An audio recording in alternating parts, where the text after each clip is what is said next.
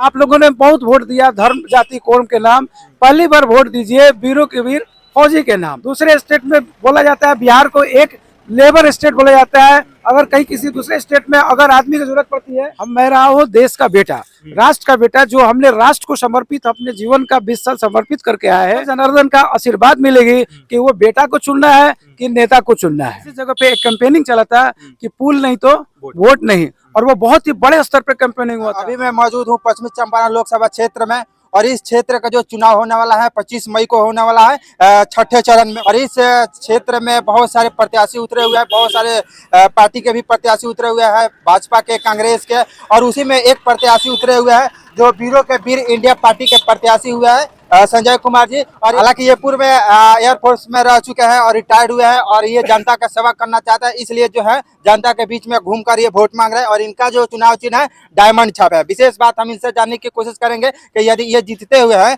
तो ये पश्चिम चंपारण लोकसभा क्षेत्र के लिए और जनता के लिए क्या करना चाहेंगे। सबसे पहले स्वागत है सर। जी प्रणाम। सबसे पहले स्वागत है आप मीडिया कर्मी का, और पश्चिम चंपारण के हमारे भाई बहनों, माताएं बहनें, बड़े बुजुर्ग का एक आशीर्वाद प्राप्त करना चाहता हूं। उसके बाद अब हम आते हैं पार्टी का। ये मेरी पार्टी एक वीरों की वीर इंडियन पार्टी है, जो इसका कॉन्सेप्ट है भारत भूमि वीरों की भूमि है, और भारत का हर एक व्यक्ति वीर है, तभी उन्हीं के नाम पर वीरों की वीर इंडियन पार्टी बनी है। पश्चिम चंपारण लोकसभा क्षेत्र से मैं संजय कुमार, रिटायर्ड फौजी, जो भारतीय वायुसेना में 20 साल नीति, निष्ठा, निडरता से भरे, सच्चे, ईमानदारी से शिक्षित दीक्षित होकर राष्ट्र को समर्पित हुए हैं। अच्छा, एक बात बताइए, यदि आप चुने जाते हैं, जीत जाते हैं, तो पश्चिमी चंपारण लोकसभा क्षेत्र के लिए क्या कीजिएगा। जी, पश्चिम चंपारण लोकसभा क्षेत्र एक अपने आप में बड़ी क्षेत्र है। जीतने के बाद में जो हमारी सबसे बड़ी बात है कि यहाँ पे इसमें जो एक फैक्टर आती है, सबसे बड़ी फैक्टर है कि कोई हमारे पास रोजगार का साधन नहीं है, बड़ी इंडस्ट्रीज नहीं है, बड़ी इस्टेब्लिशमेंट नहीं है, कोई गवर्नमेंट इस्टेब्लिशमेंट नहीं है। जब तक सैलरी स्टेक पर्सन यहाँ पर नहीं रहेंगे, हमारे मार्केट में कोई पैसा नहीं है और रोजगार का उपार्जन नहीं है। यहाँ पे शिक्षा पे आते हैं, शिक्षा दिन पर दिन निचली स्तर पर होती जा रही है। जब बच्चों में शिक्षा अच्छी व्यवस्था दी जाएगी, तभी एक बच्चों को रोजगार मिलेगी।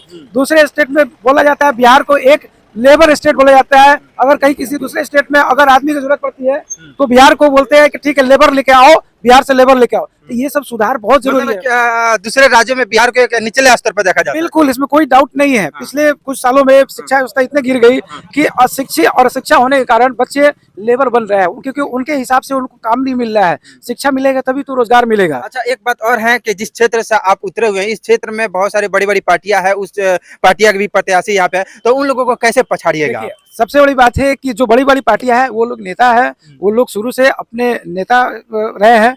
मैं रहा हूँ देश का बेटा, राष्ट्र का बेटा, जो हमने राष्ट्र को समर्पित अपने जीवन का 20 साल समर्पित करके आए हैं। तो मेरी कॉन्सेप्ट जो है, जनता हमें देश का बेटा बोल रही है, उन्हें नेता बोल रही है। अब जनता जनार्दन का आशीर्वाद मिलेगी कि वो बेटा को चुनना है कि नेता को चुनना है। और रही बात कि एक बेटा जो है देश का बेटा अपने समाज के लिए आएगा, जिस तरह से नीति निष्ठा से राष्ट्र को समर्पित करके और कार्य किया अनुशासन में रखकर, उसी तरह अपने समाज के लिए, अपने समाज के बच्चों के लिए, अपने समाज के महिलाओं के लिए, अपने समाज के बड़े बुजुर्गों के लिए उसी नीति निष्ठा से कार्य करेंगे, निर्वहन करेंगे। वही जोश रहेगा और वही जज्बा के साथ कार्य करेंगे जीवन पर्यंत। फौजी का यही एक रूल होता है और यही हमें फौज में सिखाया जाता है। ये बात सही है कि ये जो रात में जगते थे लोग, तो हम लोग सोते थे। हालांकि अब जो है ये क्षेत्र में उतरे हुए हैं, ग्राउंड पे उतरे हुए हैं, जमीन पे उतरे हुए हैं, लोगों का सेवा करने के लिए, यहाँ पे विकास करने के लिए, ताकि इस क्षेत्र का जो है नाम हो। हालांकि ये लोग जो है सेना में रहे, अच्छी तरह से देश का रक्षा किए, उसी तरह से आप जो है इस क्षेत्र का भी रक्षा करना चाहते हैं कि ना। जी, मैं पश्चिम चंपारण की जनता और भाइयों बहनों और माताएं, बड़े बुजुर्गों से ये कहना चाहता हूँ कि आप लोगों ने बहुत वोट दिया धर्म जाति कौम के नाम, पहली बार वोट दीजिए वीरों के वीर फौजी के नाम। दूसरी बात, एक और मैं अपील करना चाहता हूँ युवाओं के लिए, जो पहली बार वोट देंगे, तो उनके लिए ये सबसे बड़ी बात है कि वो भाग्यशाली होंगे, अपने जीवन का पहला वोट एक फौजी के नाम करेंगे। तो मैं युवाओं के लिए अपील करूंगा और बड़े बुजुर्गों के लिए, अपने फौजी बेटा के लिए 4 नंबर ईवीएम क्रम में 4 नंबर और हीरा छाप चुनाव चिन्ह है, उसको अपने आशीर्वाद देकर अपने मातृभूमि का सेवा करने का सौभाग्य का अवसर प्राप्त करें।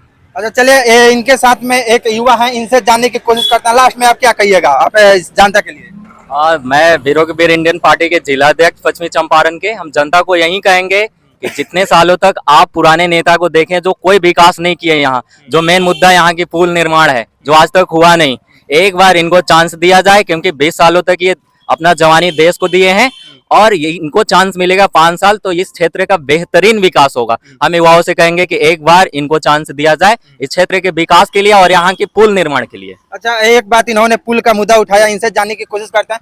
हालांकि जिस क्षेत्र में आप पखना बजा रहे हैं, यहाँ पे एक पुल बनने वाला है जो भारत का सबसे बड़ा पुल, लंबा पुल होने वाला है, 11 किलोमीटर कुछ है। तो ये पुल जो है, इसका रूट जो है डाइवर्ट कर दिया गया है, इस क्षेत्र से दूसरे क्षेत्र में ले जाया जा रहा है, उस पर क्या कहिएगा? देखिए सर, ये एक टोटली राजनीति है।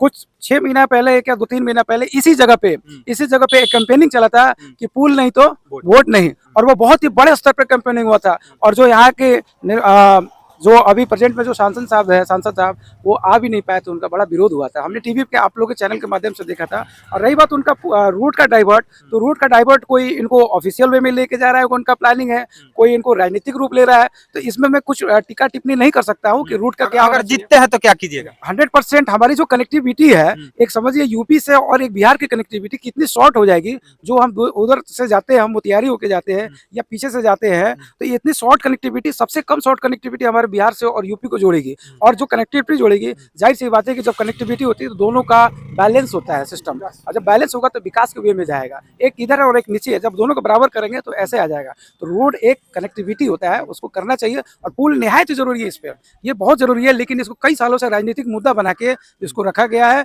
और जब भी इलेक्शन आती है ये एक ऐसे खड़ा हो जाता है। बात सही है जी, बात सही है। हालांकि इस पुल का मुद्दा बहुत सालों से उठाया जा रहा है, इस पे वोट भी बटोरा जा रहा है, मगर ये पुल अभी तक नहीं बन पाया। हालांकि अब आप लोगों को सोचना है किनको वोट देना है, किनको जिताना है, और कौन आदमी जो है आप लोगों का विकास कर सकता है, कौन आदमी जो है आप लोगों के लिए विकास कर सकता है, आप लोगों के साथ रह सकता है, दुख सुख में साथ दे सकता है। अब सोचना आप लोगों का। चले, मिलते हैं फिर किसी दूसरे वीडियो में, तब तक के लिए।